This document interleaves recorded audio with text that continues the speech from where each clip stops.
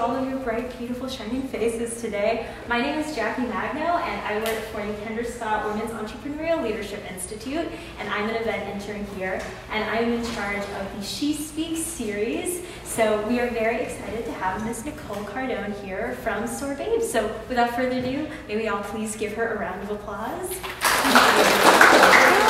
It's so important. Hi, ladies. I'm so excited to be here today. I feel like going on the journey of entrepreneurship is incredible, and it's more than you would ever expect. And I feel like what I didn't understand, it was that, needing to have a support around you. So I love that you guys have this opportunity with the Kendra Scott organization, and I know they have some great entrepreneurship organizations also at the school outside of Kendra Scott. So I hope you're all taking advantage of that if you're interested in starting your own business.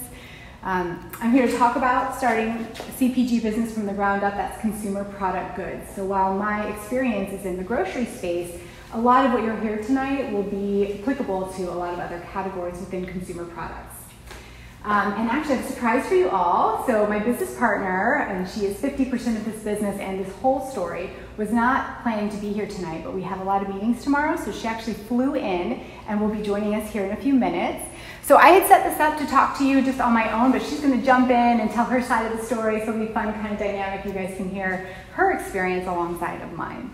And so I think while we're waiting for her, I'll just give you some background on me. I'm born and raised in Alaska, and I always felt disconnected from the rest of the country. I always felt like I wanted to go to the lower 48 and make a lot of money and live a glamorous lifestyle and have all the nice things. And so it's funny because my aunt always told me, she said, Nicole, do what you love and the money will come. And I thought, well, wouldn't it be smarter just to find out what makes the most money and go do that? Because that's what I'm going to do. And so that's what exactly I did. I got a job on Wall Street. I was an investment banker. In the investment bank, I was an analyst at JPMorgan. And it was crazy. It was grueling. I worked ridiculous hours. People next to me were sleeping under their desks, and they were bragging about who worked the longest hours. And it was awful. It wasn't feeding my soul. Here I was doing exactly what I wanted to do, and it was not fulfilling. And the market crashed in 2008. You guys might be a little young for this, but it was just a crazy recession. I mean, they call it the Great Recession, right? And everybody was getting laid off. It was like a bloodbath on Wall Street. And all those people who had worked and sacrificed their lives sleeping under their desks were let go like that. So no loyalty, nothing. Everybody was out of a job. Everybody had no money, and it was really a tough time. But I felt like it was an opportunity for me to sort of take that storm and use it to clear the path. And I started to think about what was it that I really liked, what made me happy. And I loved food. I've always loved food. And I remembered when I was in college, I had gotten this bag of really ripe peaches from the farmer's market, and I had made this homemade sorbet. And I made a cinnamon streusel cookie, and I mixed it in there. And it was like this frozen cobbler. It was so delicious. And I'm normally like a Ben & Jerry's girl, so I was just floored that something made out of fruit would be as satisfying. And so I was thinking about that and realizing that on the shelves at the grocery stores, sorbet was just lemon, mango, raspberry. It was just a frozen fruit juice, not been innovated in years, and you saw all these great innovations in artisanal ice creams and froyos, and now we have the coconut milk ice cream. So I was like, maybe there's an opportunity here. And I didn't have any culinary experience, and I knew that I was going to need somebody to help me with that part because, it was a food business, and I'm not, a chef. So I was working. Here's Deborah. Yay! There's my better half. I was just telling everyone about how you and I met. So essentially, Deborah was a private chef in the Hamptons. And the Hamptons in New York, and this is where we all started, was in New York City. And the Hamptons is this super fancy place where all like the wealthy celebrities live. And Deborah was working as a private chef in one of these massive mansions out in the Hamptons, where she would live there. And my mother-in-law also worked for the same family. She was living there as well. And when she heard the story about what I wanted to do, she said, oh my God, you have to meet Deborah. So I got a call from Nicole and from Jean, her mother-in-law, being like, Nicole's got this great idea for a sorbet brand. And I was like, oh, that's awesome. I love sorbet. I worked in restaurants and made, gazillions of different kinds of sorbets over the years. And so when I got the call, and she's like, well, will you help me with some R&D work? And I was like, sure. That'd be great. Let's do it. And we just, at that point in time, like had no idea like what I was getting into. It was the beginning of something that we didn't know where it would go, but we just kept coming up with new flavors and new exciting formulations. And at that point, we went to the farmers markets. I guess was our first step of where to sell our newly created brand. Yeah. So we actually sat around and just sort of brainstormed on the concept, you know, like we had all these great ideas, and she was like, oh, I love that. Let's take this fruit and this thing and let's mix these together. And so we just had a lot of fun. You know, we had raspberry sorbet with a jam swirl and chunks of chocolate, and we had, this is actually an apple cinnamon sorbet with poached pears and like a candied almond granola in it. So just like these really fun flavors that you wouldn't see anywhere else. We were taking sorbet to the next level. And I think one of the things that Nicole, early on, we talked about how like we love Ben & Jerry's because you can eat it with a fork. Like those big inclusions and those pieces. So why didn't anybody do that with sorbet? And why wasn't there like a fruit version or a dairy-free version that really ate as well as like one of like the most indulgent ice cream brands? So we knew there was room for improvement, and there was possibility for us to kind of create a category that didn't exist. Yeah, and actually at the time, this was way before dairy-free and veganism or plant-based was even really talked about. It was super niche. So for us to come out with something that was dairy-free and plant-based was really, really new to the market. People were not expecting this type of product. And what we found was this machine called a Paco Jet, and we would fill it up, these little beakers here, we would fill them up with fruit and sugar water, and it would shave down these like really fine, fluffy sorbet. And it was amazing. And then Deborah had this great idea to use nuts. And so we would fill up a beaker with pistachios, and then we'd fill it up with sugar water and freeze it. And then it would shave down this fluffy, creamy, delicious sorbet, but it tasted like ice cream because there's like oil and fat in the nuts. So we just knew we had something really, really special. And this just goes to show that you can start a business anywhere. This was my 50 square foot, no joke, Manhattan kitchen. That is the side of the wall. The other side of the wall was literally right here. This is where we did all of our work, our prototypes. We had this little chest freezer that took up an entire room, and we just put everything there. But we were excited. We rented a little commercial space and started to produce sorbet, and we thought we'd take it to a farmer's market to see if anybody liked it. And it was a huge hit. And I feel like one of the defining moments that we had was one day we were driving back from the market, and Yelp gave us a call, and they said, you know, you guys should really set up a page. And we thought, oh, you guys are just marketing, you want to, you know, get our money. And they said, no, actually go and read all the reviews. People are reviewing you and you don't even have a page. And so we were reading the reviews, and they were just, I mean, I remember we were almost in tears. We were like, yeah, we were like driving over a bridge. I just remember so much. Yeah, sorry to cut you off. But I was just like, we were reading these reviews, and at that moment in time, it was just like people just got what we were trying to do in a way that we didn't expect other people to understand the concept, and what we were doing was so unique. And at that moment, we were like, okay, we have something here. Let's figure out how to make it a little bit bigger than a beaker at a time.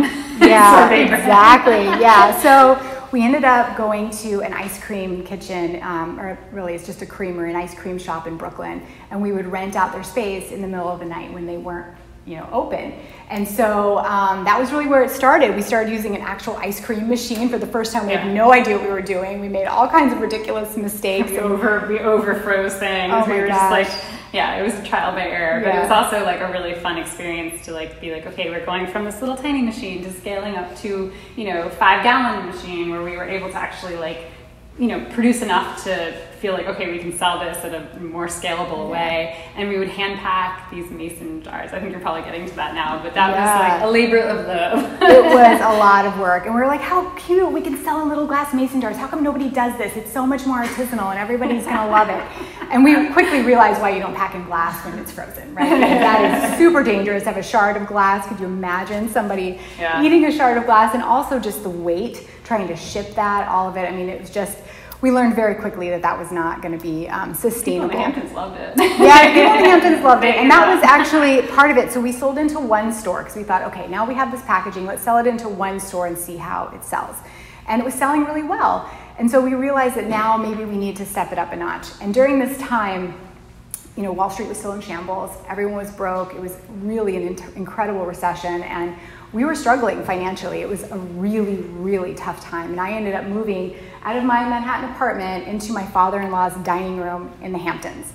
And the Hampton sounds great, except this was a blue-collar house in this tiny little dining room, and I had a newborn, a 1-year-old, and my dog. And my husband had to stay in the city to continue to work. And so I was there by myself, but that had an opportunity in and of itself, is that the Hamptons is a small region. And so it allowed me to say, okay, I can focus all my efforts on brand awareness and distribution and sales in this area that I can manage, right? So what I did was we went around and sold into every single store you could possibly knock on the door of. I mean, I remember sitting in front of the first store and calling Deborah and being like, okay, I'm gonna go in, I'm gonna make this sale. And when we finally got that sale, it was just like, all right, next, next, next. And I just went into every store and I sold in. But then after that, we were like, well, how are we gonna get the product to all these stores? And then once we make the product, where are we gonna put it? Until we have to deliver it. So it was kind of like this, oh, let's backpedal and figure this out. And so we ended up, this is actually the chest freezer. We rented out a storage unit, just like a self-storage place. And I convinced the manager to legally let me hook up to electricity so I could have a freezer.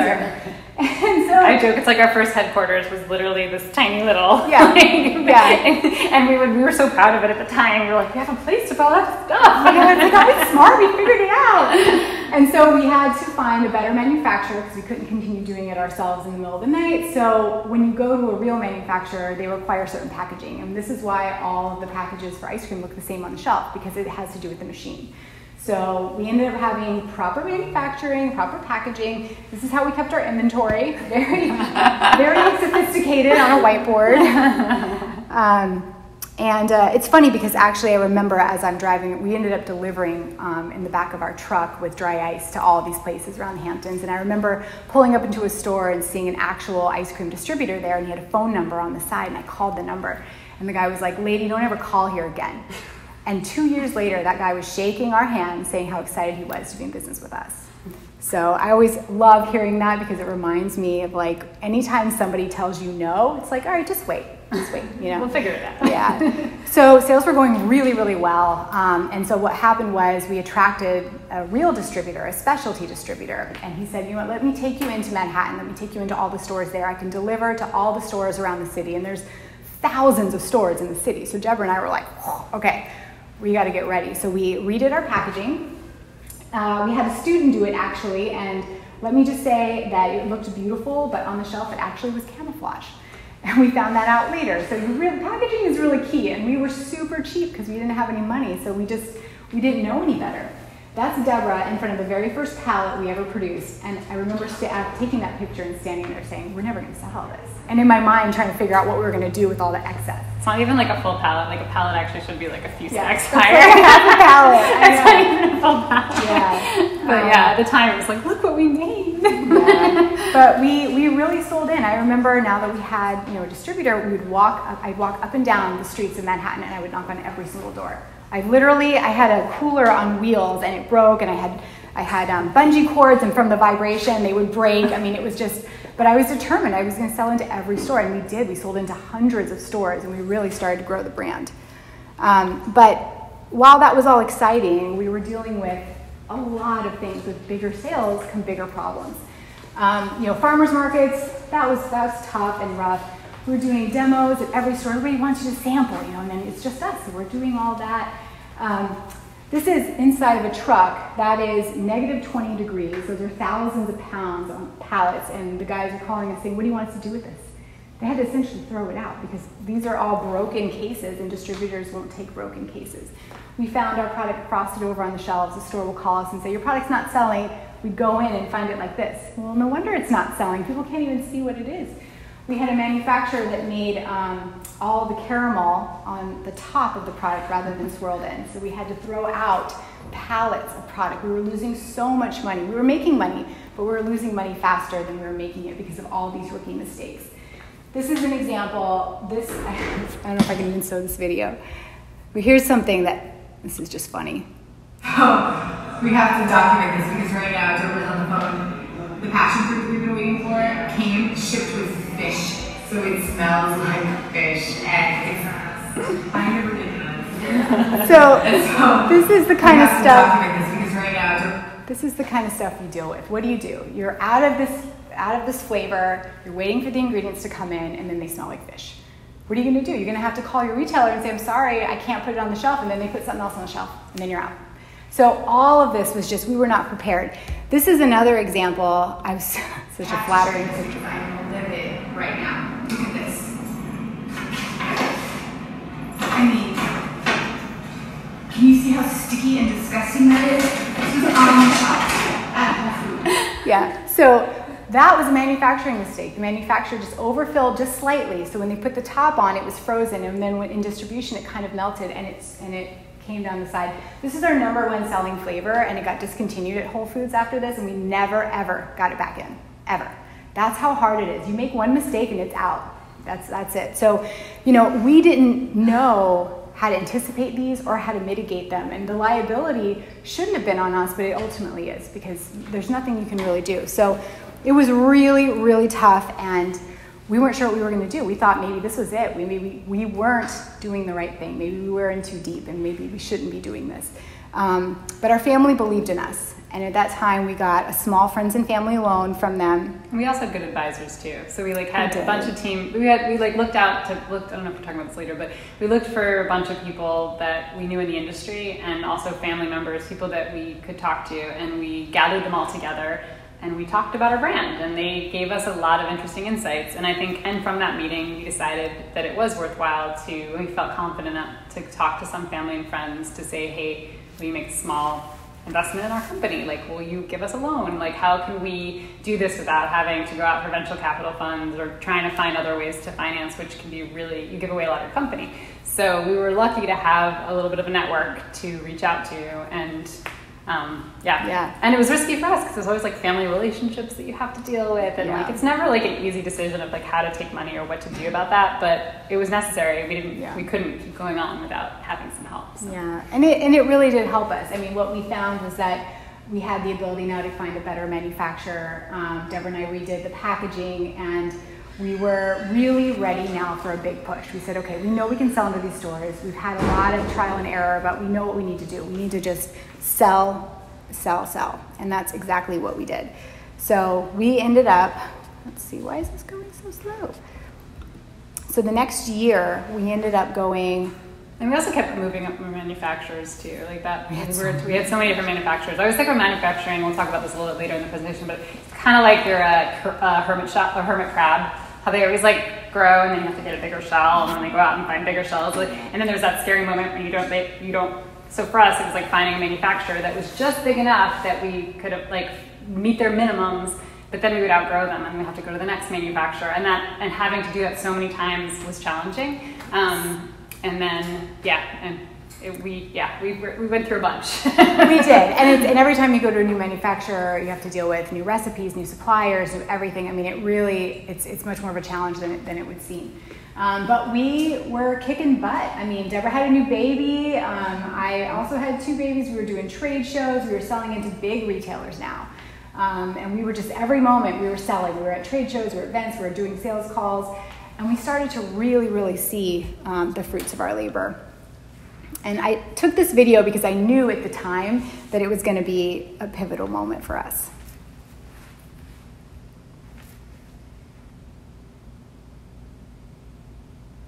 Oh no, I have the wheel of death.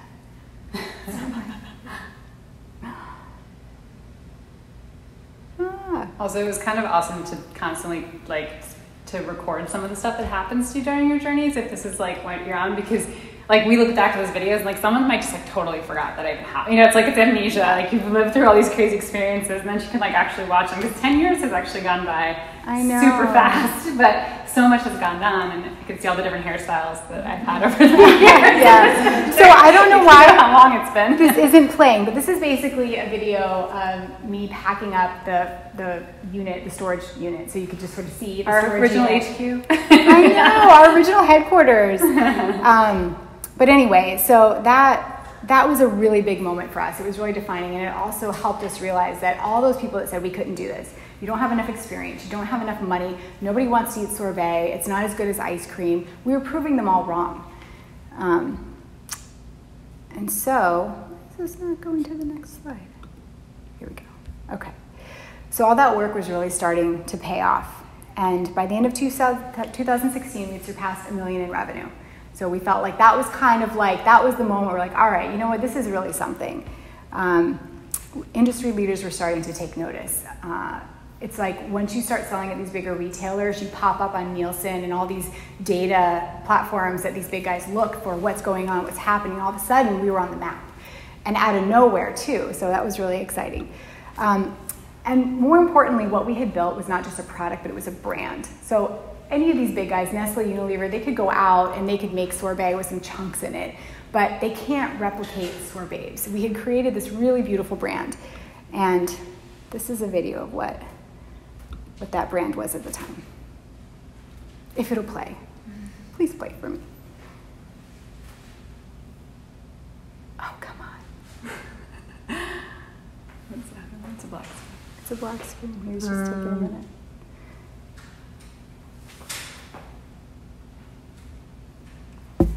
Yeah, because that year in 2016, like major like Kroger, we were talking to some like big retailers, and we went from, I think Wegmans was one of our first stores on the East Coast, and I think that's kind of what helped put us on the map, because Wegmans is like actually one of the top grocery stores in the country, kind of similar to HEB is here. I think Wegmans in the Northeast. And so when they brought us into the store, that's when we started, like, people started noticing, because they were kind of like a trailblazer. They, you know, they'll find trends before they get other places. And I think, I don't know if it's gonna play. No. This is such a great video. So here, I'll just go to the next slide. So anyway, this video was kind of showing how SorBabes is really built around this idea of never settling and taking everything that you believed in and just going for it. And what happened was we ended up making a deal with the second largest ice cream manufacturer in the world. They're a multi-billion-dollar corporation. They're called Wells. You might know some of their products. They sell Blue Bunny. They sell Weight Watchers, Bomb Pop. They have a very conventional portfolio, and they were really enamored by our cool, kind of funky new idea and this plant-based product. So we cut an incredible deal with them after a year of grueling negotiations with all their lawyers and everything. But the deal was a 4-year licensing agreement where they would take the brand and they would use all of their marketing and their sales force and their R&D and their manufacturing, and they would take the brand and they would help us grow it, and we would be working with them as consultants full time over the next 4 years. And the goal was to grow the brand by 50 times over the next 4 years. So November 2020, we had this like moment, we're like, oh my gosh, in November 2020, we're gonna be uber millionaires. We're gonna be able to retire with hundreds of millions of dollars, and it's gonna be incredible. So we were really excited. Yeah, we were really excited. Some other things happened. A lot happened in 4 years.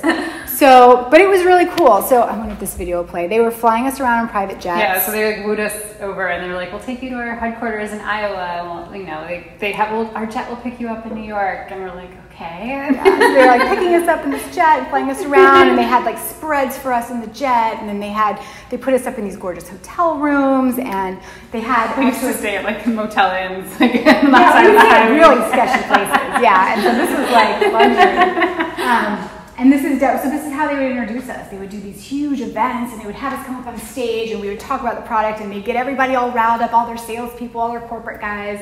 And yeah, I mean, it was amazing. I mean, this was like a massive, massive company with thousands of people, and everyone was treating us like rock stars. And everywhere we went, it was first class. I mean, we had parking spots reserved for us. We had our name on the walls. They were taking us out to super fancy dinners. And I love this picture. This is amazing. But they had this in the kitchen for Deborah because she's more of the manufacturing R&D person. And I love this because we actually had one of the executives pull us aside, and he said, "You know what, you ladies, you need to be divas." And that's not really our style. We're not like that diva, like we're gonna come in and tell you how it's done. We were truly enamored by these guys who were, you know, these super successful executives of this big corporation, and we thought they were the smartest guys in the room. Right? We were like, you guys must know what you're doing. You make billions of dollars. And they've been doing it for like 100 years too. Yeah, so they have a lot of track record yeah. of selling ice cream. So you're like, oh, okay. This is like, I don't know, like the white knight analogy. Like, it was one of our advisors said that, like, oh, they're like your white knight. And I was kind of like, I remember at the time feeling like, does that mean that we're the damsels in distress? Like, I don't know if that, and then, but in some interesting way, it was kind of like, okay, well, what do they represent, and how do we how do we use that like this company, we kind of thought that they knew everything. We did. Like we thought, okay, if they were like, no, go this way, don't do that, do this, we're like, okay, we'll do that. And I think at some point we didn't keep our diva or whatever diva. Well, we didn't know that the reason why they told us to be a diva was because they knew we were going to get steamrolled. So this one guy pulled us aside and he was like, you guys should be divas, because he knew that we're coming in, these sort of like innocent ladies that are just so excited to be here, and like these guys are like, we mean business, we're going to take this and we're going to do what we want with it, and it may not be what you guys want. We didn't know that at the time. Right. So, well, they also just, and I think genuinely probably also did give us some of their best advice. But when you think anybody knows all the answers, you just realize they don't. Like nobody knows what they're doing. Nobody knows what they're doing. That's what kind of realized after this experience. We're like, people think they know all these stuff about some topic, and then if you walk in the room and you're like, wait, I have an objection to that. I think this should go this way, and they're like, no, we know all about this. Like, don't trust that. That's just not, it's like, you can't just blindly say, oh yes, that must be the right way. Because I think there were moments where we did that, and that was some of our learnings in the last couple of years. There's no golden playbook, right? It's like, I think that there are some things that are black and white. Logistics, manufacturing, some of that stuff is very black and white, but then building a brand is so nuanced. And there isn't a playbook. Nobody knows what they're doing. These guys have experiences and they're unique, but they're not the same it's not the same thing that's gonna work, right? There's so many things involved. Yeah. So what they decided to do for the first year was full testing. They wanted to test every single little aspect of this brand. They wanted to make sure that the name was right. Should we change the name? Do we want to still call it sorbet? How are the flavors? This is a picture of a focus group. So there's this big glass pane and a whole bunch of people were in there trying our product, and we flew to different states and cities to see what other people thought about our product behind a glass mirror. So, I mean, we really dove into this. So over the course of a year, hundreds of thousands of dollars later, turns out that all we really need to do is update our packaging and that everything was fine. So like we wasted an entire year and all that money, but in these big corporations, they have to make decisions based on data. They can't, because somebody has to be responsible for losing millions of dollars if it's the wrong idea, right? So we understand why they did it. But here we were with this really beautiful new packaging, and the recipes were kind of updated, and we were ready to go sell. And then they said, oh, no, we still have to test. Let's put this in a couple stores and just see how it does for the next year. So we're like, oh God, really? Okay, so then we put... Meanwhile, like 4 years are like ticking away. Yeah, right. We were like, wait guys, we're supposed to be on track to grow this thing a lot faster. Yeah. It was really like, it made us so nervous because we're like, we can't, we have 4 years. We know how long it takes to do this. Yeah. So there's just one period every year that you get a chance to present to retailers. So you have one chance a year. So it's really an annual cycle. So anyway, that year, in 2018, we sold into a few retailers, and we were the #1 selling dairy-free frozen dessert in Northern California that summer of 2018. So we said, all right, that's our golden ticket. Give us the keys to the sales department, and let's go sell this stuff. Like, let's go. So they said, okay, go ahead. You go all over the country and sell into as many places as you can. And we did. We were on planes like 4 days a week, flying all the way across the country for a 30-minute meeting and then flying back and doing it again. I mean, it was craziness. Yeah. It was craziness. And then after we sold into all these stores, we sold into 3,500 stores in a few months, which is outrageous. We were in Target. That's actually the shelf at Publix. That was our actual letter that said that we had gotten in all of our pints into Target. Then we had to market. We had to get it off the shelves, which is even bigger of a challenge, right? And so we were doing morning news shows. We were riding around in little carts. We were doing trade shows. We had a truck. We were literally everywhere. We did media tours. We met with all the big media agencies. I mean, it was like they were flying us everywhere. I mean, it was really, really intense. And it was a crazy year. I hope this video plays. This is such a fun video. Please, please play. And this is sort of the brand that they had helped us build. We built together with Wells. And of course, it's not going to play. Maybe try to start at like a different time or something. Move it forward a little. Let me see. I think it's something to do because it plays when it's not connected to these. So I wonder, yeah, see, it just pulled it. So Wells had us do huge commercial productions, right? So we were with directors and cinematographers, and they rented sets out with hair and makeup, and they had actors, and they had all this stuff. I mean, it was really crazy, and they did these amazing commercials with us, but We could probably follow up with some like video links that we have on. So, and this was really exciting, right? But behind the scenes, Deborah and I were starting to stress out because we're thinking, oh my gosh, we're not going to make this 50 times revenue. I mean, we just started selling and we only have like less than a year runway. So we were starting to get really nervous. And then we also were really craving innovation. Every year we had been coming up with new flavors, and this is why we did this. We loved the innovation, but we were stuck with the same exact pints every single year, no difference in any of the recipes. And so we had been begging them for innovation. And this is where I think we really put on our diva hats. And we were like, we need something new. Give us access to the R&D lab. We need to do something different. And so it's hard when they have such a big, like it's such a huge company. So you're like talking, you were like this, you were used to innovating kind of quickly, and we could come up with new flavors and then we can get them developed kind of quickly. But when you're working with a large company the size that Wells is, like it's a huge process. It takes a year or more to even start a project to go into it. Then they do all the testing, and then they finally, before they even allocate funds to a project, it has to go through a huge vetting process. So we had to like somehow figure out how to cut all this red tape, get through all the things that we wanted to create a novelty, because we knew that at the time we're like pints were not selling the way we thought they should be. I mean, at the time, a lot of like diet ice creams were coming out. People were eating an entire pint at a time, and pints were just saturating the shelves. There were so many different pints out there. So to be innovative and to be unique, it was harder in that space. And we knew that the way we like to eat too is to grab a novelty on the go and not have to scoop your, or eat just like part of a pint and not feel like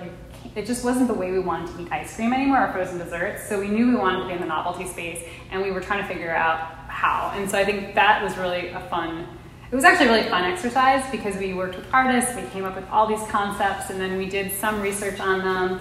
And the winning concept came out to be a sorbet bar that was dipped in chocolate with crunchy coatings. Like a crunch bar. A crunch bar. Yeah, and so we were ready to launch this in 2020. And of course, Wells said, oh, no, you can't put it in all your stores. You can only put it in a couple because we want to test it.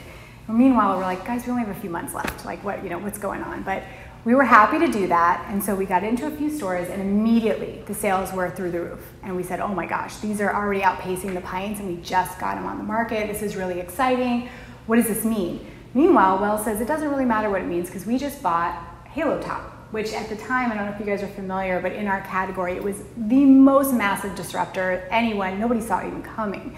But they purchased Halo Top. So all of a sudden, they had their new shiny toy. We were no longer their new shiny toy.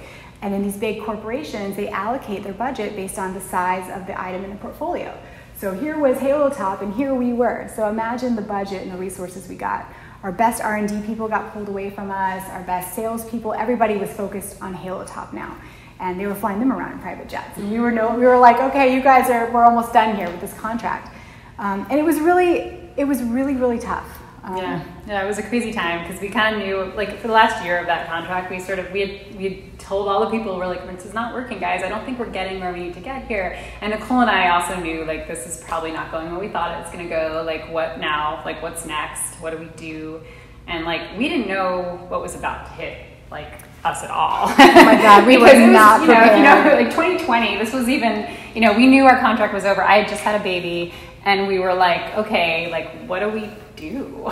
Yeah. Because we sat back and we said, okay, it's November 2020. Wells is no longer going to manufacture for us, but we have 12 SKUs. This is a massive amount of SKUs to manage when it comes to working capital, ingredients, manufacturing, inventory, all of that. And then, in addition to the 12 SKUs, we had fragmented distribution. So we had sold into all these retailers all across the country. And it was the same kind of microcosm where you think about what happened in the Hamptons, how we were able to manage that. This was over the whole country, and Wells was putting it on trucks with their other products and shipping it out. How are we going to get it to all of these stores, right? I mean, it was truly an impossible thing to imagine, unless we had millions of dollars. And we had just lost our manufacturer, we had no working capital, and we had no team. So we had nobody, it was just us. We were back to the basics. It was like we just lost everything that we had built. And also, you guys remember November 2020? It's the height of COVID. So healthy businesses were going out of business. And here we were in this total storm.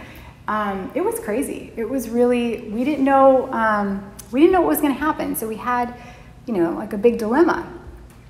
And really it was, do we go out and raise venture capital? Because to support that, you need millions and millions of dollars.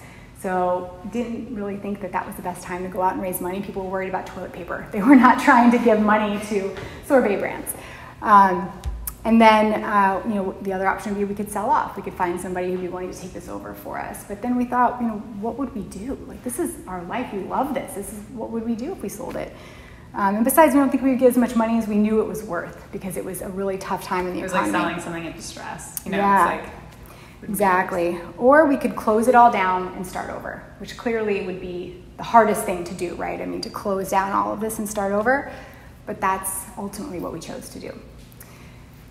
So the next year, I mean, we didn't even know if we were going to start over at some points. We were just like, maybe this is it. Once we got into it, it was crazy. I mean, I feel like Deborah and I suffered physical ailments from the stress. We were both like at the doctors, like, what is wrong with me? And why is my hair falling out? Exactly, like, I think you're just under a massive amount of stress. We were pushed around by other manufacturers. There was no line time, so it was really difficult to find a manufacturer, and all the things that come with that. But in some ways, what we decided to do was say, okay, let's look at our SKUs. The top performing ones now are the novelties. Even though they're new, I still think that they have more opportunity. Like, we were kind of like, this is where it needs to be. So we let go of all the other pints. Which was like 3,000 stores. Over 3,000 stores. We had to call all these retailers and say, you know what, sorry, we're not delivering next year. We're discontinuing this. Yeah, we're discontinuing them. So we let go of all this distribution, all that work that we had done. And all that income and working capital, everything. And we let it all go, and we shrunk it down to these bars, and then we had to find a manufacturer. So we did ultimately find a manufacturer. Yeah. But I do think that, like, this perfect storm, it really just, again, it cleared the path, and it helped us see what was the nucleus, what was the really valuable thing that we still had, right? It was this brand, and it was this concept that we believed in and we knew still had an opportunity. So we went through the massive overhaul where we refreshed our branding. We changed the branding completely because we didn't want to be associated with Wells anymore, because that was not a fruitful relationship. We found a new manufacturer eventually and had to redo all of our recipes, and this is all within a year. So if you think about how long it took for a big corporation to do this, we did it all in less than a year. And then we had to rebuild our distribution. So we had to go back to those retailers and we said, sorry, we had to discontinue that, but we're back. You want to see us again? And fortunately, we had a lot of great relationships with these retailers. I mean, all that flying around, really, it's all about personal relationships. And industries are small, and after a while, those buyers, they know who you are, you've been around, they know you know what you're doing. So we had a lot of opportunities to rebuild. And so I think out of all that chaos, out of the storm came the blue skies, and we launched Flavor Dipped Crunch Bars, which is 3.0 now. And I really think this is the best product we've ever made. Best packaging, too. Best packaging, too, yeah. I mean, this has really been such an incredible turnaround, and we put this on the shelves, and it just started to sell incredibly well. And we've just seen incredible gains in distribution, and all the retailers are opening their doors to us again, and we're back. And it sort of feels like, we know we had done this before, but we were really inexperienced. And now is an opportunity to do it again with all the experience that we have, and we started to rebuild our team. So also, like, the confidence. I think it was one of the things, I remember when they said to be a diva, I had like a little trouble with that. I remember thinking, because I'm like, it's like, a diva, is bossy, or, like, they wanted us to be a person that maybe at that time I didn't have the confidence to say I was yet.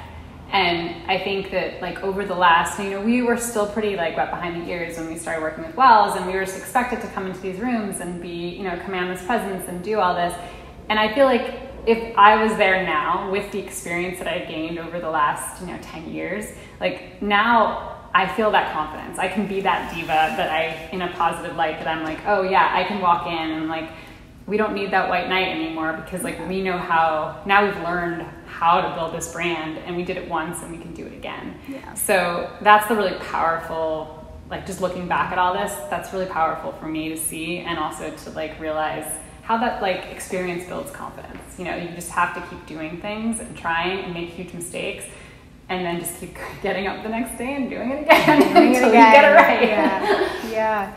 So we hope that this story kind of helps you see the level of resilience that you need to have when you start a business. Everyone's story is going to be different, but I can guarantee you we've met so many entrepreneurs, people whose companies are worth hundreds of millions of dollars, and they will all tell you the same thing. You just never feel like you're where you want to be. There's always a next level. There's always a next level, and you're always kind of just keeping your nose above water to get there, even when to everyone else you look very accomplished and successful. So just know that in this journey, it just goes on, and you just have to make sure you love what you're doing, because otherwise you're not going to have the fortitude to keep up through all of these crazy challenges.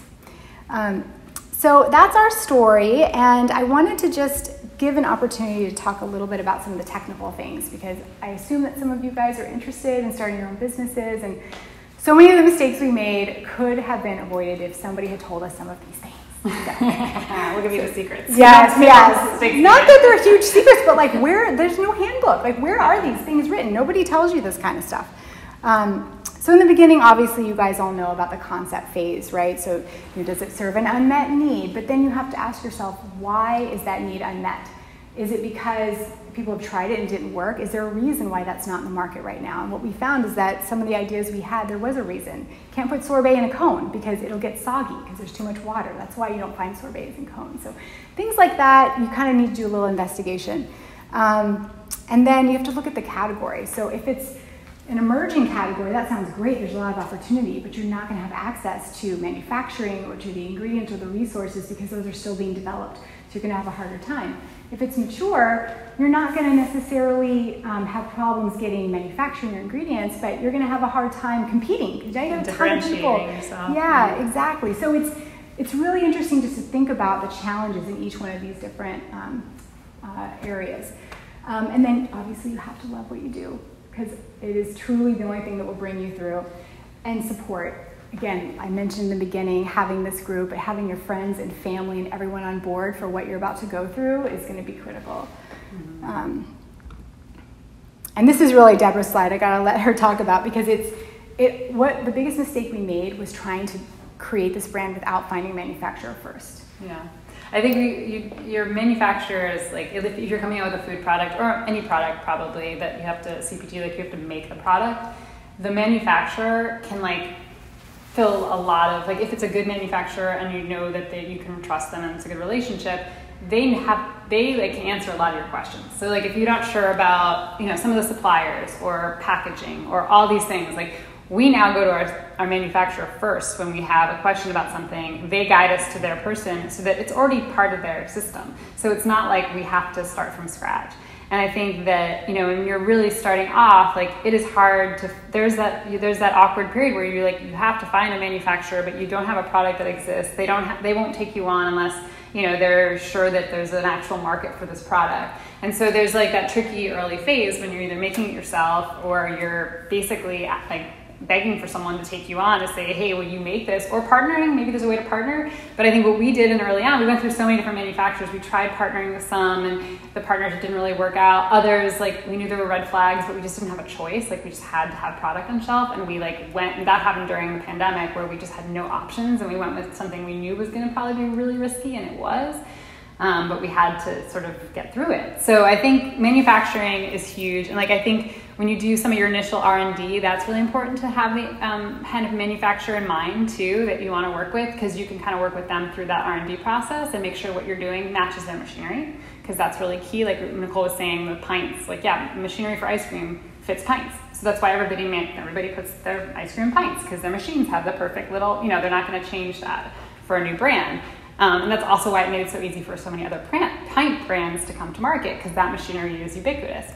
And then, figuring out some of your logistics, like where you're going to get all your ingredients, where is the storage going to be, how are you going to work with that manufacturer to get to your product to different places. And there's a lot of logistical challenges that the manufacturer can probably help you figure out too, because they've already gone down that path and have the storage, or may have storage to lend you, so things like that. And then for our product, food scientists, like finding a really good person to help work with some of the R&D work. I've been doing a lot of R&D, but I'm not like a seasoned food scientist. So we found a really good food scientist just recently after working with Wells, who, I worked with a food scientist at our manufacturer, but I wanted to go a little deeper. And so we've been working with another food scientist, and he and I have been just like working together on, some new products that we're excited about, and, perfecting our existing products just to make them more efficient, better, and better ingredients, and keep evolving. Because you kind of always have to keep doing that and realizing if there's an issue, how do you fix it right away before it gets out of hand. Yeah. And all of that, really, it's like it starts with the manufacturer, and they help you figure out what kind of package is going to work on their machinery, all those things, and then you need all that before you can figure out your cost of goods. And you can't do anything, you can't begin to sell or even look at can you be competitive in the market until you know your cost of goods. And that's really comes to the next thing. Building a launch timeline is also really important because it's much longer than you think. Especially if you want to do it right. I think some of the mistakes we made were trying to launch too soon when we weren't ready. But after you have your final formulations, you have to do a test run. And this isn't just for food. In anything else, in any manufacturing, you've got to do a test. And then once you have that, then you can order your packaging. Because if you order it ahead of time, but the test didn't work, what are you going to do with all that packaging? Because now it might not work with the product, so you have to change it. So there's a lot of things you have to do there.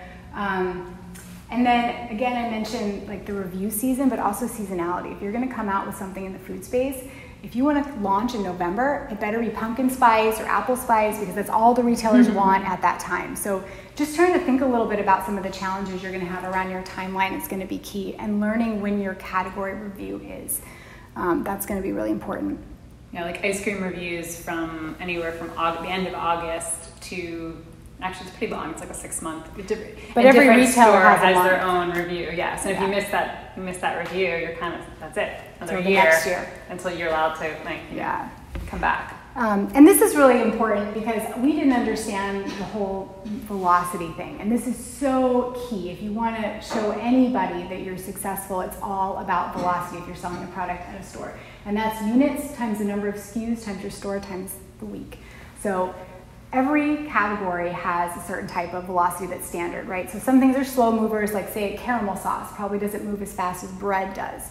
So know your category standard velocity, and that will be a really good measure of how successful you're being. Yeah. And once you see that you're at that category level and you can get above it, that's when you know you have something you can take out to other retailers and you have something to brag about. Like, I've got a great seller and this is how I know. And just in case you guys aren't aware, groceries, they usually get about a 40% gross margin, and the distributors take 15 to 30%. But gross margin versus markup, are you guys aware of the difference between those two? So gross margin is a percentage of the sale price. It's represented as a percentage. So a 40% gross margin on $1 is $1.70. So it actually brings it up quite a bit, whereas a 30% markup on $1 is $1.30. So if you want to look at something like this, you'd say, okay, my list price is $1, and then my distributor markup is $1.30, and then my gross margin with the retailer, they're going to sell it at $2.15. Well, what happens if the competitors are at $1.50? And you're like, well, wait a second, I can't be $2.15 if everybody else is at $1.50. So then you got to go back and look at all that work you just did prior, with all the ingredients, all the information that you had, and say, is this viable? Is this product viable? So all these steps are so critical before you can even make that first sale to know if you're going to make money. But there is, which that said, like, you might not make money right away too. Like, because sometimes it's about economies of scale. Like when you're buying pallets of an ingredient versus like buying like one case of it, it's going to be a lot less expensive in the future. So you kind of have to measure that of like, how much money can I how much can I invest in this product to get it to market if I believe, but you kind of have to see, like Nicole's really good. We figure out what that route to profitability looks like. So sometimes flavors aren't profitable when we first launch them, but we know if we can grow it this big and we can get these economies of scale with more ingredients, we can make them profitable. So yeah, I think there is it's maybe not all lost when you see this happen, or you have to call other like suppliers. Like say you're not getting the best price for whatever ingredient you love, but there's other ones out there that are similar, and you can just shop around and find at half the price if you really look around. Maybe you can meet that. Yeah, $1.50. That's the goal. So there's a lot that goes into the budgeting and that process. So But I do think in the end, it's funny, I love this picture because it really signifies the idea of this passion, because you can have talent to do something and practice and experience is great, but it really, you have to be passionate about it. And when I think about my aunt in the beginning, she told me, do what you love and the money will come. It's not because what you're going to do is going to make you money. It's because you love it so much. You're going to be intrinsically good at it, and you're going to work harder at it than you'll work at anything else. And that's why it's going to be the thing that will make you the money and will make you happy. So I really find this to be true, and over the years. I mean, my dad did the same. I didn't realize your aunt told you that. My dad did the exact same thing to me. He's like, follow your passion, do what you love, and the money will be you'll figure out how to make money. And I think that, it is. I mean, it's. There's a way to make whatever you love doing into a business if it's something you choose to do. And also, there's also another side of it too, is sometimes your art, because I've come from an art background, sometimes your art is not your business too. So there's that also, you can separate a little bit of that passion, your passion for something, but you also can sort of disassociate a little bit with that passion and really focus on the business side of it and make sure it is, you can focus on the profitability and turning that art and that love into something. Maybe it's not exactly what you started out with, but it can turn into something that could be an amazing business, and you learn where you can make those compromises and figure out how to get to the next level. Yeah. So anyway, that's our story, and we're happy to have had this opportunity to speak with you guys. And if you have any questions about any of this stuff, we're here. So, and also if you guys later, this is kind of percolating and you have an idea or a thought, we're here to support other women, and we want to make sure you guys know that we're here. So you can DM us on social at SorBabes. If you have a question, it'll get routed directly to Deborah and me. If you just say that you were here at this speech and wanted to ask us a direct question, maybe about something you saw or something that you're looking into. So we want to be a resource for you all as well. Yeah. I don't know. I'm sure there must be something. Yeah, we're open to any questions. Yeah, what's your question? 2 questions, actually. First is, if you couldn't have SorBabes for dessert, what would you settle for? Chocolate. I'm a chocolate person. Yeah. I'm a fruit person and a chocolate person. I kind of go, I guess I'm one of those people that likes almost everything, so I have a really hard time with that question. I think tiramisu is maybe one of my all-time favorite desserts. It just, if you were to if I had to pick one dessert I wanted, I think it's a very specific tiramisu that one restaurant makes. But I think I'm constantly eating other desserts too, and I don't eat as much as our stuff because I'm always doing research on other people's products to kind of get ideas and see what's going out there. So I feel like there's a lot of really great stuff out there, which is nice because it means that everybody collectively is putting a higher standard on what they are eating, and that's great for our brand because we care a lot about the ingredients and making it really, really flavorful and really special. Okay, great choices. Yeah. But I was curious, I feel like so many times partnerships don't really work out, and it's amazing to see how long y'all's has lasted. So I was wondering if you could talk a little bit more about how you go about giving up responsibilities all the way to navigating obstacles or disagreements that may come up. That's a good question. Such a good question. Yeah. I mean, I don't know how people do it without a partner, but I also feel because it's just so much, and just nobody you can, we can't talk to our spouses or our friends about some of the stuff we're going through because they really don't get it the way we, understand our business and how some of these decisions and how some things happen are just so crazy. So it's really lovely to have a counterpart. And I think to answer your question about divvying up responsibilities, I think Nicole and I from the start came in with different backgrounds. So she came from a finance background. I came from a art and culinary background. And we both ultimately work, she's very creative. And I also have a good business sense and love business. So between the two of us, we can kind of go back and forth and overlap. But when we're on our day-to-days, we really stick on our lanes, and she's really been amazing with managing our cash flow, which I could never have done. And I think that was one of my biggest fears starting a business before I met Nicole, was I know I can come up with products. I have a good idea of how to manage, market, and how to run a business, that kind of stuff, but I just don't know the finances, and I don't understand. I never went to business school. And so it was really great to know that I found someone who had that great skill, and then she looked to me as a chef to say okay, you have a culinary background, I have this idea for a product, but how do we actually make it make it into a commercial success. Like, and I was able, and I have had a lot of fun figuring out how to solve that problems and be on the line and making it with, you know, our manufacturers and work on that side and doing the R&D. And so she manages sales, I manage like manufacturing, R&D and product development, and we both come together on marketing in different ways. We manage different parts of that. And so it's been, I think that's really helped because we kind of manage our own category, like in own spaces. And when we disagree, I think what I always do is like, there's usually one of us who's like more passionate about the reason that they disagree within the other. And there's like been I think we're just both like pretty open-minded people, and like, yes, we're stubborn, and yes, we're like have a really good we want this business to work, and we'll not like say no, and you know, like we're very like strong-willed, but we also like look to each other in a lot of in such a respectful way where like if Nicole is really upset about something, she's like, this isn't working, I disagree completely, and I really listen to her, and I'm like, okay, why? And then if she can convince me and I can be like, okay, you really feel strongly about that, like I think that might be a problem, but I'm gonna go with what you're thinking now. And then if we really just don't disagree on something, we have a lot of other advisors and people to go to say, hey, we don't know what to do here. We're both seeing different like sides of this and we can't figure it out. And it's never really happened that we've had to do that. No, but I mean, but to your point about like respect, I have so much respect for her, and I think that she's incredibly intelligent, but she comes at things in a different way than I do. And in some ways that can be frustrating because I have my way of doing things and she has her way, but we know each other really well. And if she really feels strongly about something, I'm like, oh man, I need to pause for a second because I know she's super smart. I know she gets this. So what am I missing? Like, why does she feel so strongly and I don't understand? And vice versa. And I think also we came into this not as friends.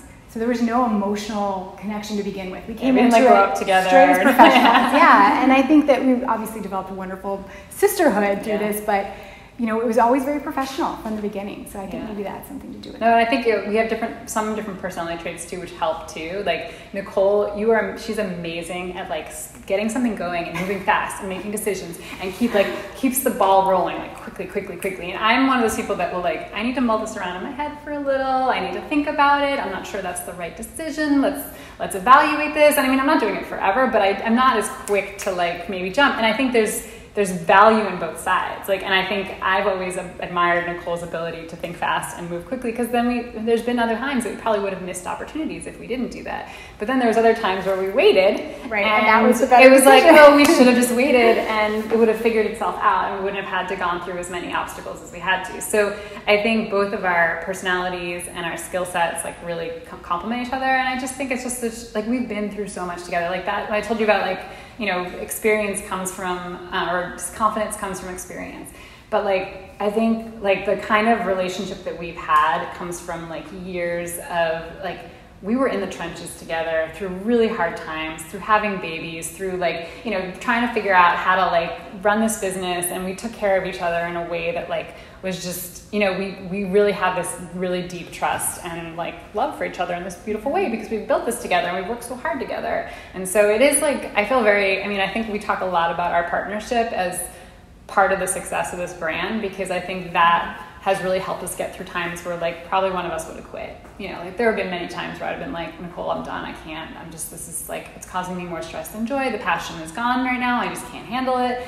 And then, you know, she'll be like, okay, like take a break. Like we'll just like, I'll pull, you know, she pulls things together and gets some stuff working. And then I, you know, will come back and I'm like happy that I didn't quit, because I just need to get through that hard time, but it's gone both ways. And then I go down and she's like, it's all right, take a break. I'll do this. You just figure it out. And so we just never wanted to quit at the same time. Because I don't know what would have happened if we at the same time. And it's also good. We don't work in the same state either. So it's kind of like, it's a funny thing where we, you know, like I think we both, I miss that. I wish we were together more often, but I think it also helps a little bit too, because we can like really divide and conquer and across like travel, and then also just like time zones. Like our days are longer because she starts earlier and I end later. So like I can kind of like pull up, you know, the end of the day. She can get stuff done in the morning before I'm online, and so it's just like an interesting. I mean, we figured out how to make it work. Like anything's possible, I guess, in this. And if you want to make it work, it can be overcome. Yeah. Sure. Okay, I have a question, because I feel like everyone goes through this when starting a business. Before the times you've ever felt like giving up, what got you through it? Oh my God. Yeah.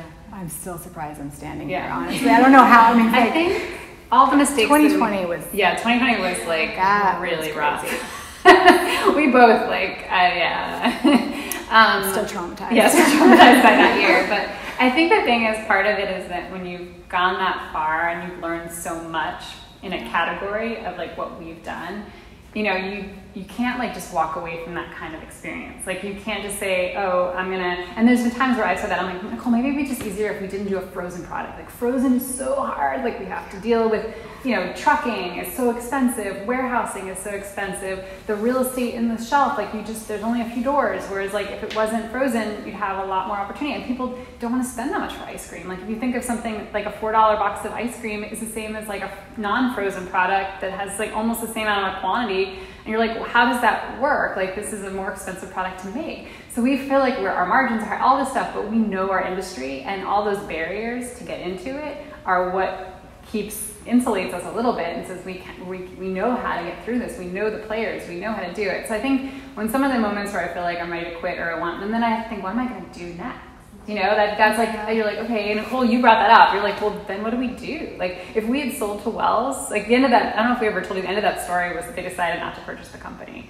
And they had the option and they decided not to. And we were actually sort of relieved, but also nervous. And it was in the middle of the pandemic, so it was just actually like a really poor timing for us. But I think at that moment in time, I felt really relieved because I wanted to get the company that we had worked so hard to grow back so that we could control it the way we saw it had the potential to be.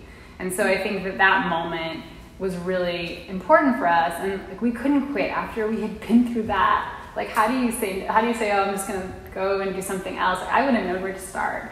And so that's my answer to that. It's just like building. It's a really tough question, because I think in every moment there's something different. But I do think that after 10 years of doing something, we know all the players, we know this industry, we've been around so much. I can't imagine what else I would do. I mean, we're actually doing so well now and have launched this, and we're now launching another brand in the frozen category that's coming out in January. So we're really excited about that, because one of the experiences we had working at Wells was, why do we just have to make one product? We're sitting in front of this buyer at Target. Let's give them 5 reasons to say yes. Why am I just coming in with one? So now we're on the path of like, let's start building a multi-brand portfolio. Let's create something like, why does Wells just, we're not, you know, they're not that much smarter than us. We can do this too. So I feel like this has given us this new light and vision on what we think we can do, and I can't imagine doing anything else. Also, just like taking a break. Like I think that just on a, like a, even if without the experience and the years of doing this, is like sometimes you just need to step back and like evaluate everything and not be too hard on yourself, because we're all gonna make mistakes. Like, and mistakes are just education. You just think about it. Every time you make a mistake, you've just like learned something incredibly important about your business, about yourself, about, you know, the world. Like just like there's so many mistakes that feel like awful at the time, but if you can just step back and like realize how you can recover from them and what it's taught you, you realize like it's okay, and you're just gonna keep going. And I think there's other things too. It's like having a partner. Like I never wanted to let Nicole down. Nicole said the same thing to me. Like not letting. There's an obligation. Yeah, like if I walk away, I'm leaving her all by herself. But like I wouldn't want her to do that to me. So there's definitely that too. Yeah. I hope that answered your question. There's a lot. Yeah. So what's the like new product y'all are talking about? What's these new? There's only one person in the room that knows about this. Yeah. So we're showing it to retailers in a sneak preview right now, but we're getting some really, really great feedback, and we're hoping to launch it. Well, actually, we are launching it in January. So we'll be all over social. Yeah, you guys will be out there. But it is. I'll give you a hint. It is all about chocolate. Yes, and it's a frozen product. So it is another frozen brand, but we're focusing on chocolate because we love chocolate. We don't think there's a product that delivers, and there's nothing that delivers as good as this one. So I'm super excited about it. Yeah, and then the new flavor we can talk about. I mean, and then we're coming out with cookies and cream. Cookies and cream. So it's a cocoa cookies and cream. So it's a chocolate sorbet bar dipped in vanilla cream coating with chunks of cookies, chocolate cookies. What about this pear, like poached pear? Like, that was so good. Yeah. I was like, whoa, that sounds amazing. I know. Yeah. I'd love to get to a place where we could do seasonal flavors. It's a little more challenging. Yeah. It's way more fun. I want to do this. We've had so many brainstorms about it, but we had funny days in the early days. We had so many great market flavors that we brought to the farmers market, and they sold incredibly well. And people would taste them, and they'd be like, "Oh, this is amazing!" Like, you know, when you go to the ice cream store, you like taste ice cream shop, you taste a bunch of flavors, and maybe you'll go and end up ordering something you wouldn't have thought you'd like. But in the grocery store, you don't have the opportunity, right? You're walking up the shelf and you're just like, oh, I'm going to buy, and this, I don't know about you, but most people in the world end up buying something they feel comfortable with. And if they're not sure about it, or it looks a little different or weird, I mean, I think people are changing, and there definitely isn't a lot of people out there that want to like seek out those interesting, cool flavors. But when it comes to like velocities and how are you going to sell a product across the country, you end up having to kind of go back to some of the more basic flavors because those have enough of a following already, and you're not, starting from scratch. So I think we hope to like be able to be a department or a brand. We can have like maybe one SKU that rotates, so we can kind of come up with new ones just for like to share it and hopefully have one. Yeah, because retailers, they authorize a SKU number. And so you can't just put something in for a period of time. It has to be this whole year process. One of our top selling flavors was a cucumber white wine mint. And it sounds kind of weird, esoteric, but people would come and buy it by the case at the farmer's market because it was like made with fresh cucumbers. Like I literally just like would, puree cucumbers. I pour all these bottles of white wine. And cucumbers are the melon family, so it really lends itself nicely to sweet things. And there was chunks of like sweetened cucumber in it, and you just would like, it was super refreshing, really great. The wine was like tart, and the mint was a nice balance. I mean, if you would have asked us our number one seller, we would have said that. We put it on the shelves, and even in the fancy Hamptons, and nobody touched it. Nobody bought it. Ooh, what is that? What do you put it on fish? I'm like, oh my God. Just eat it. It's delicious. But it's like we learned all those lessons, so it's hard. We can't be as creative as we want to be all the time. Yeah.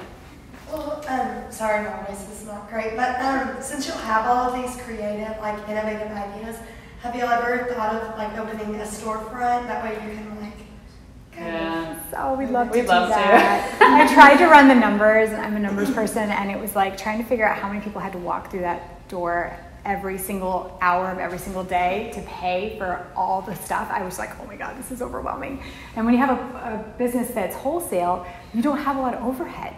You've got your inventory carry, you've got your logistics and stuff, but for the most part, you just don't have, during the pandemic, that was our saving grace. We didn't have any stores. We didn't have any real estate. We didn't have a lot of employees, so it actually was helpful. But I think with the stage we're at right now, we couldn't, but maybe there'll be a point in the future where we could open a flagship store, we really kind of want like to. A concept store. We looked at real estate. We've played with the idea. Yeah, it's also then you're managing employees, and you're like, it's a little different. Like we love being at the farmer's market because that was kind of like our storefront for the summers, and that was a great opportunity to like test new flavors and try stuff. And we have friends in the business who have been very successful with stores. The Van Leeuwen like franchises, like they have stores. I don't know if it's franchise, it's just they have their own stores all over.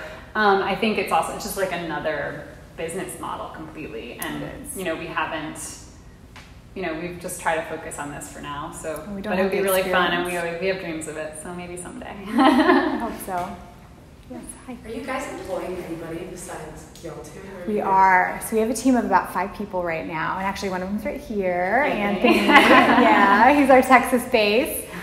We have somebody in North Carolina who does all of our media management, and then we have like a bookkeeper in Florida with me, and then we have a CFO. So.